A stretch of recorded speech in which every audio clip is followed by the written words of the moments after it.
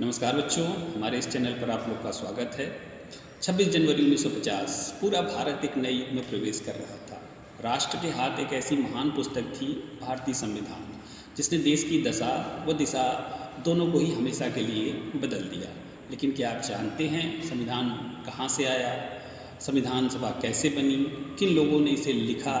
आज हम बड़े ही सरल शब्दों में इसको समझने की कोशिश करते हैं। सबसे पहले संविधान सभा का विचार कैसे आया? संविधान सभा का विचार कोई अचानक नहीं आया, बल्कि सबसे पहले इसको 1928 ईस्वी में मोतीलाल नेहरू समिति ने कहा कि भारत का संविधान भारतीयों को ही लिखना चाहिए। उसके बाद 1934 ईस्वी में एम.एन. राय ने सबसे पहले एक संविधान सभा के गठन की मांग की और धीरे धीरे ये मांग पूरे भारत की मांग बन गई। उसके बाद हम देखते हैं कि ब्रिटेन ने संविधान सभा के गठन को कैसे स्वीकार किया। क्योंकि सेकेंड विश्व युद्ध के बाद ब्रिटेन की स्थिति, आर्थिक और राजनीतिक स्थिति दोनों तरीके से ही ब्रिटेन काफ़ी कमज़ोर हो चुका था और उसको भी ये ऐसा लग रहा था कि अब भारत में बहुत दिनों तक हम सत्ता नहीं चला सकते हैं।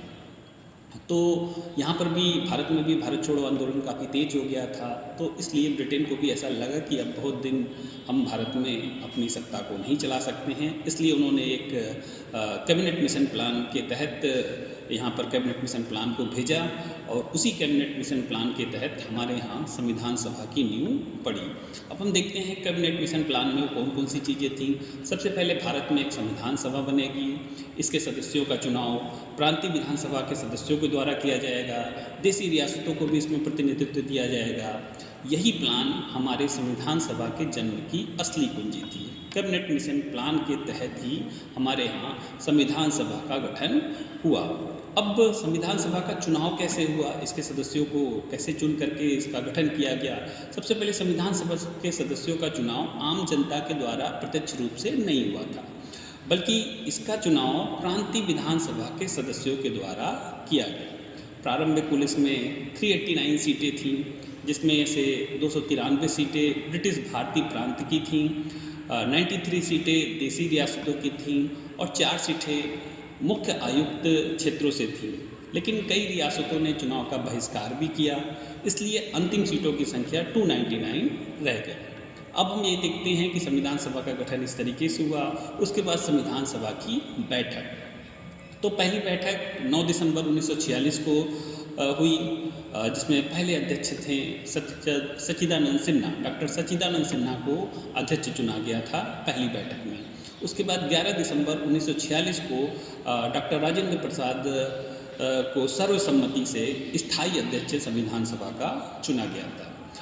संविधान किसी एक व्यक्ति के द्वारा नहीं बनाया गया, बल्कि ये एक सभी सदस्यों का एक सामूहिक प्रयास था जिससे कि संविधान बना, जिसमें से कुछ प्रमुख सदस्यों के नाम हम यहाँ पर लेते हैं, जिसमें डॉक्टर भीमराव अम्बेडकर जो कि प्रारूप समिति के अध्यक्ष थे, डॉक्टर राजेंद्र प्रसाद जो कि संविधान सभा के अध्यक्ष थे, जवाहरलाल नेहरू जिन्होंने उद्देश्य प्रस्ताव के निर्माता थे, उसके बाद सरदार वल्लभ भाई पटेल जिन्होंने प्रशासनिक ढांचे और रियासतों के एकीकरण के लिए मार्गदर्शन दिया, उसके बाद बी.एन. राव थे जो कि संवैधानिक सलाहकार थे।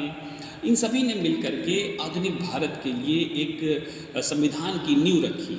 उसके बाद हम देखते हैं कि हमारा संविधान 2 वर्ष 11 माह 18 दिन में बन करके पूरा हुआ, जो कि विश्व का सबसे बड़ा संविधान है, जिसमें कुल मूल संविधान में 395 अनुच्छेद थे और 26 नवंबर 1949 को ये बन करके तैयार हुआ था। उस दिन हमने इसको अंगीकृत किया था, लेकिन पूर्ण रूप से इसको लागू हमने किया था 26 जनवरी 1950 को।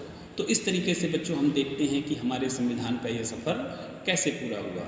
अगर आपको ये वीडियो पसंद आया हो तो इसको लाइक करें, शेयर करें और सब्सक्राइब करें। धन्यवाद।